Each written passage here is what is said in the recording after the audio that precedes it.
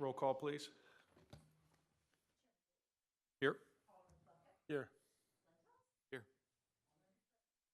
Next on the agenda is the approval of the agenda. Has everyone had a chance to take a look at that? And no issues, I'll approve that by acclamation.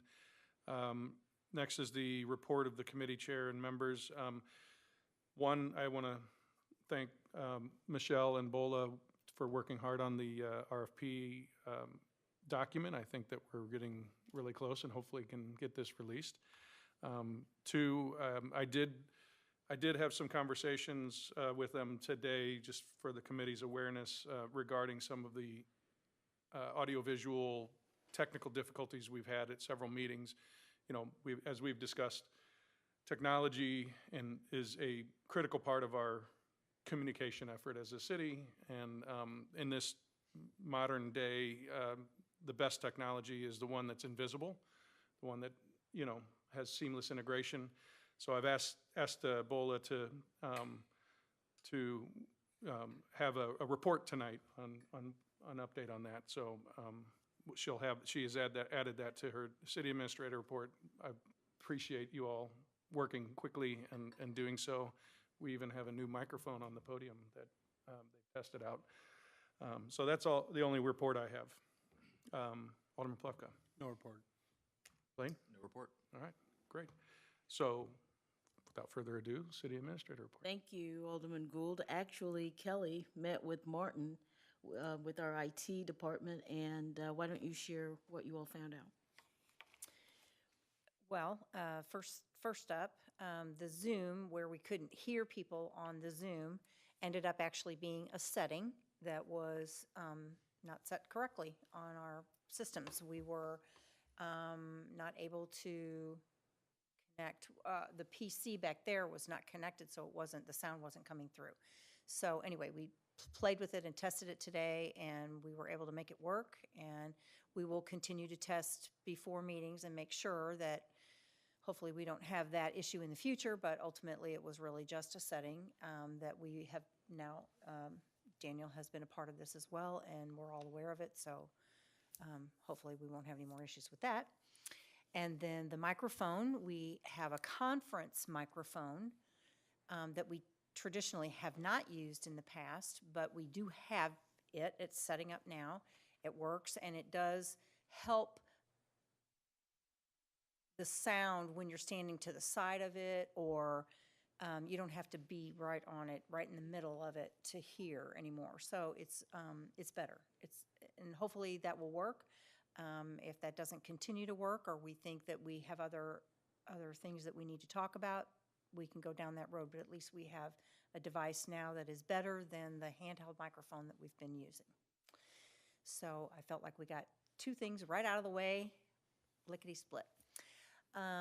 The third thing we talked about was how to help Zoom people who are watching from Zoom see presentations that are being done.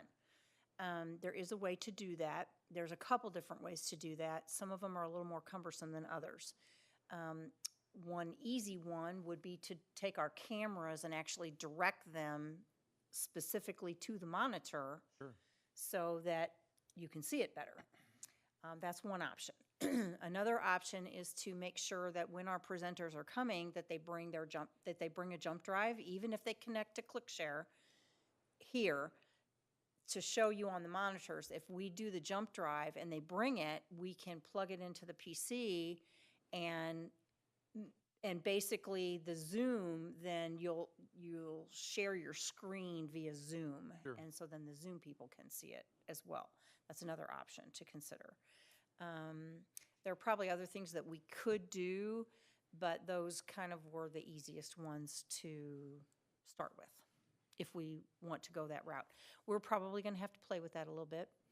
I'm thinking that we're going to have maybe a meeting. Daniel and I talked about this with STL TV and IT and all of us to kind of do a mock meeting where we test all of these things and figure out what's going to be the easiest to use and which one works the best and what people can see the best. So we'll schedule some of that to get those set up and see what the best way is to move forward with helping those who are on Zoom see presentations when they're being done. We don't have so many people on Zoom. That hasn't been a huge issue, but it is obviously an issue for anybody who chooses to sign in. And that will that also be reflective in the recorded post that goes out to our YouTube channel? Will it also You'll show be able what? to see it on the YouTube channel.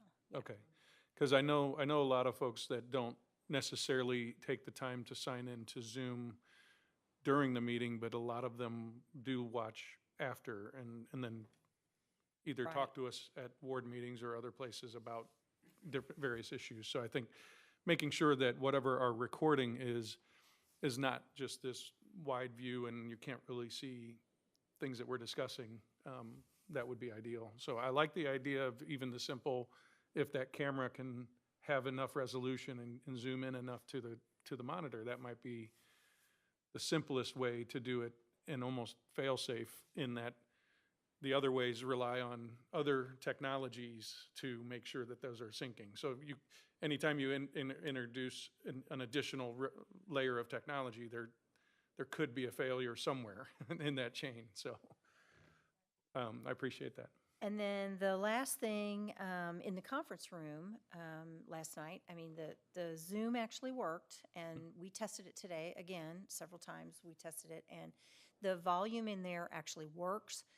Martin seemed to think that maybe how it was positioned in the room has to do with how the mic is picking things up, because the room is so long and whatever, that maybe that's partly why it was so hard for Carl to hear.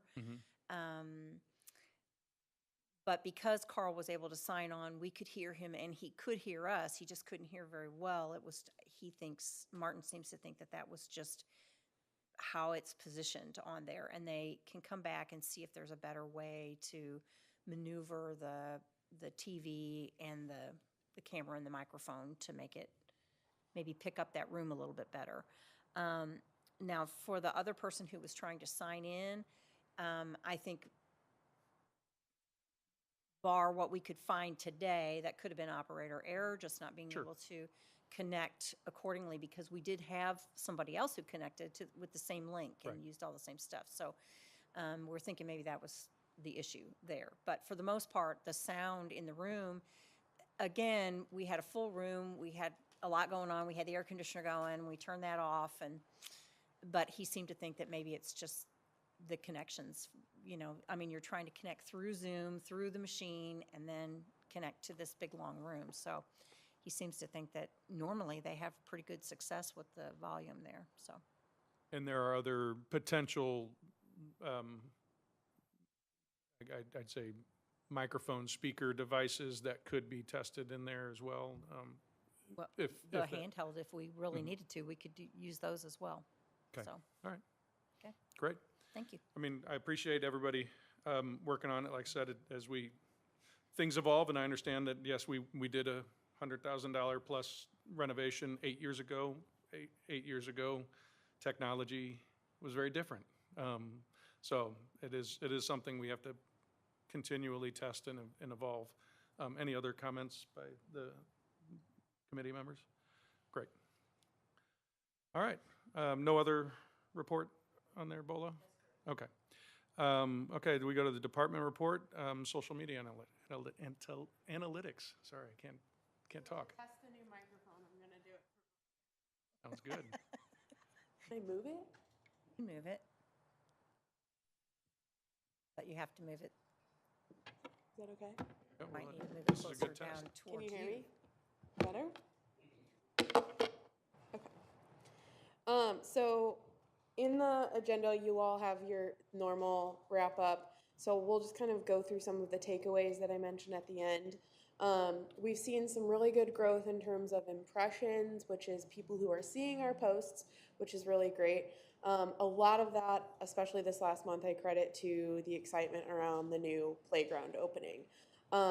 Sophie Spade, the marketing person for Parks and Rec, did a really great job of connecting with, they're called like mommy bloggers, mommy Instagram accounts that got us a lot of attention for the park and then drove them to the city's social media, which was great. Something that I'd kind of like to start focusing on, that I would like to see start growing more, is our engagement and click numbers going up. So I've done some research on different ways that we can accomplish that. So some of the things that I'm kind of looking into are creating posts that ask questions, like people need to answer, so they'll type their answer in the comments, and therefore they're engaging with us. Utilizing more links, click here for more info, click here to visit this website related to what's in the post. Utilizing polls, I'm not really sure right now where polls would come in, but that's something that we can consider if it seems appropriate. Maybe with summer coming up, what's your favorite summer time activity or something like that. And then just making sure that, start responding to comments, liking responses, things like that, not necessarily, hard-hitting conversations, but just saying, hey, thanks for your comment, or if people are talking about how much they love the park, so glad you're enjoying it, things like that, because then you're going to just increase that engagement. And then also utilizing more hashtags. I don't tend to use them tons on Facebook, but I'm going to start utilizing them and see if we see an uptick. A lot of times social media is kind of experimenting, so willing to give these things a try and see if they boost those numbers that I would like to see a little bit higher. We've got the impressions there, so people are seeing our stuff. I just want to start getting them to kind of interact with us a little bit more. So that's kind of my goal now for the next month or so, and then hopefully I'll have some good news to report at the May meeting. So. As far as the increase of posts and the trend that you probably will continue to have, I'm assuming you would want to maintain this level of posting activity. Absolutely. Yes. Knowing your role is more than social media, do you feel the staff that you have is sufficient to be able to continue this level of engagement as well as all the other objectives that you have? I mean, time will tell. I tend to set aside time on like Friday afternoons to plan out my social media strategy for the next week or so, create posts, get them scheduled, all that kind of stuff.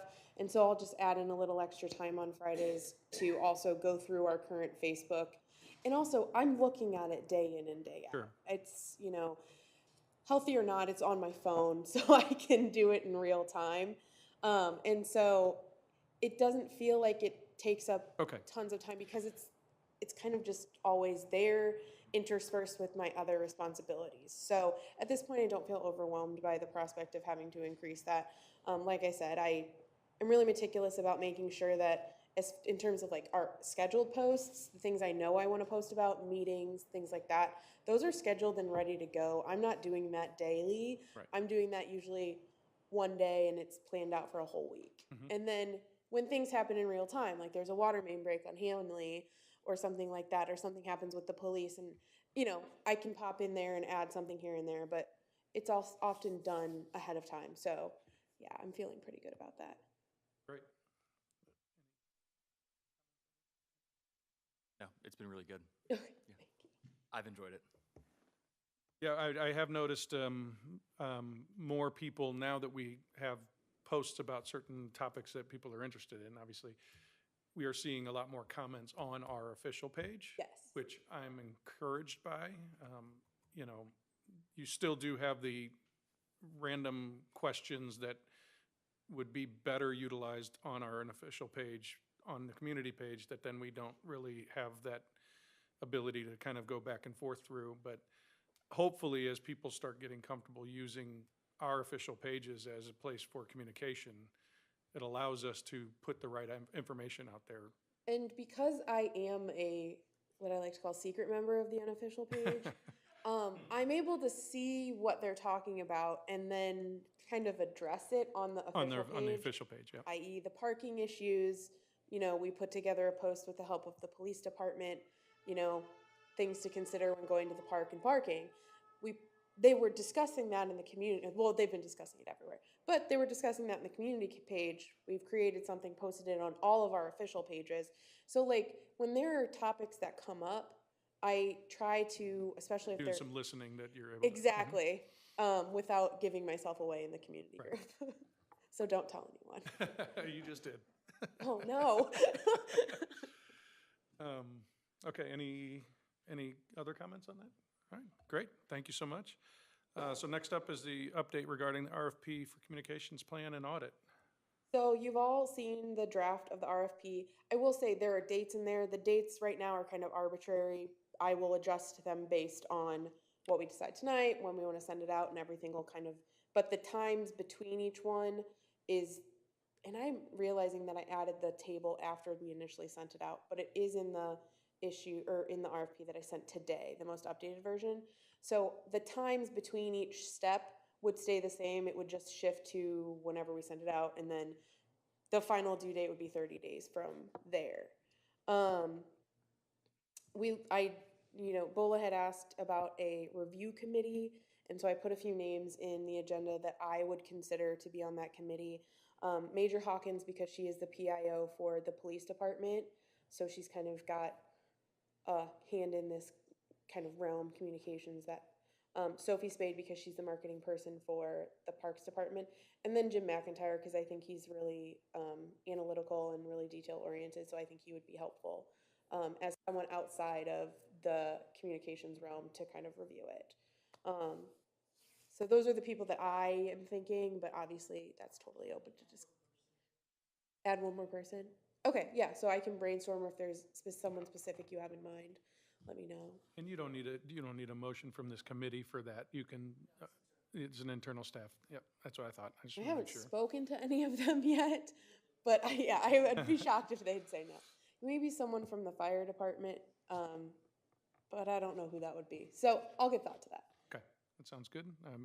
I think we're getting closer and closer. Any questions for Michelle? I know you had the question about the timeline in terms of completing it. So when we met with Wentzville, their timeline was about 9 months. I do anticipate that our project would be a little bit smaller scale than what Wentzville did. So therefore, I was anticipating a little bit shorter of a timeline. But also, that is really judged by what they come back and tell us when they submit their bids, what they're able to accomplish. Yeah, well, funding obviously is a big one. So smaller in scale. Well, Wentzville itself is bigger. Sure, Their RFP also completely included the rebrand for all of their city departments, including police. Ours right now is, we're promoting it just for the city with the idea that once we get this plan for the city, we can then utilize the information that they provide us to kind of usher in a rebrand update for the other departments. So part of that is kind of, they're going to do the beginning of the work for us for City Hall, for, our departments, and then down the road, we'll be able to kind of offer that information to parks, to the police, to fire, and work with them to kind of update their branding. And again, I think that it definitely depends on, as part of what you do an RFP for this, and you go out and get expert consultants to look at it, is they may come back and say, this is what we believe you need. Right. And it may change the scope, it may change the timing, it may change the deliverables of what we've kind of outlined, but I think that's what we need to start with, getting this document out there in the world and get some responses. I agree. Yeah, I feel like a lot of it is going to be determined based on what we read in the bids. And like Bola said, budgetary needs also. And that's the work to get to a document that guides us, and then it'll take some time for us to execute and implement. That, if you remember, the Wentzville folks said that it's taken them 4 years to get to this point. I don't anticipate this is going to be wrapped up in 6 months and then we're off and implementing everything. This is going to take some time, but this is a necessary step. And just like the playground and everything else, you make some decisions, and then a couple of years go by quick, and we'll have transformed this even. The way that I understood when kind of Wentzville spoke is that that 9-month timeline, so then like that 6-month timeline that I gave was for the plan itself to be, the audit to be done and the plan itself to be written, not necessarily for implementation. Implementation is kind of the next step after the plan itself is written, in my mind. So, but like I said, we'll see what they come back with on bids and timelines and things like that. Great. Two quick questions. I think I remember when we first started this committee, we had set aside something like this. Are we using that same number? Do we already have funds allocated to this, or are we going to look for the funding? We're using the same funds that were, it's a little less. Okay. Because I remember that this committee did not want to spend, I think it was more like 35,000 a year ago. So I think what we have is maybe 2025. I brought the budget book with me so I can confirm. But it's less than where we started last year. But I think there's sufficient money at least to start it off. And if we need more, we're about to start the budget process for 2025. So we can definitely bring, maybe you want to start thinking about that now and other things that you might want to see in next year's budget so that we can start to model that into our Other question, and this is just more so out of curiosity. Where does this get sent out to? Do we just post it on our website and then people scrub and find it, or do we? No. Okay. We do a couple of things. So on the website, there is a particular page for bids, and so we would put it there. Then we also put it in the county, and then all the local firms that are in this line of business, we would compile that list. So if you have a list, please send it to Michelle, and then we send it out to all the different consultants that are in this trade so that they have an opportunity to respond as well. I went to a conference in Wentzville, and the person, Kara, introduced me to the person who did theirs. And so she said she's looking forward to getting to submitting. So yeah, there will tons of different avenues to kind of garner response. Okay, cool. Thank you. You probably have some names in your line of work. Well, yeah, I mean, and I wouldn't even limit it to, yes, if we can find a local consultant or agency to do it, great. But you know, we probably could. Nationwide, people who are in any line of business have a way to find out when Right, municipalities or anybody put that out. If you remember the list of those that responded to the compensation study, Yeah. they were from all over the country. Right. So, and we didn't post in every, trade publication out there, but they found us. So we're hopeful. Yeah, there's a lot of new business tools that find these RFPs when they're posted, so, But yeah, but if you have any names of companies that you would like us to yeah, well, shout out to, send them my way. okay, sounds good. All right, well, I think unless there are any other amendments or suggested changes to it, I guess I would entertain a motion to proceed with the RFP as the communications manager has prepared. So moved. Okay, Awesome. So I will update the timeline just so, and send it to you all so everyone knows what we're working on. just to make it official, all those in favor, say aye. Aye. Okay, My first thing passed. So Yes. exciting. great. I look forward to getting that out and getting this process going. Next on the agenda is the consent agenda, which is just the minutes from our February meeting. Has everybody had a chance to review that? No issues with it. I'll approve that by acclamation. No old business, no new business, so citizen comments, if there's anyone online. No? Seeing no further business, this meeting is adjourned.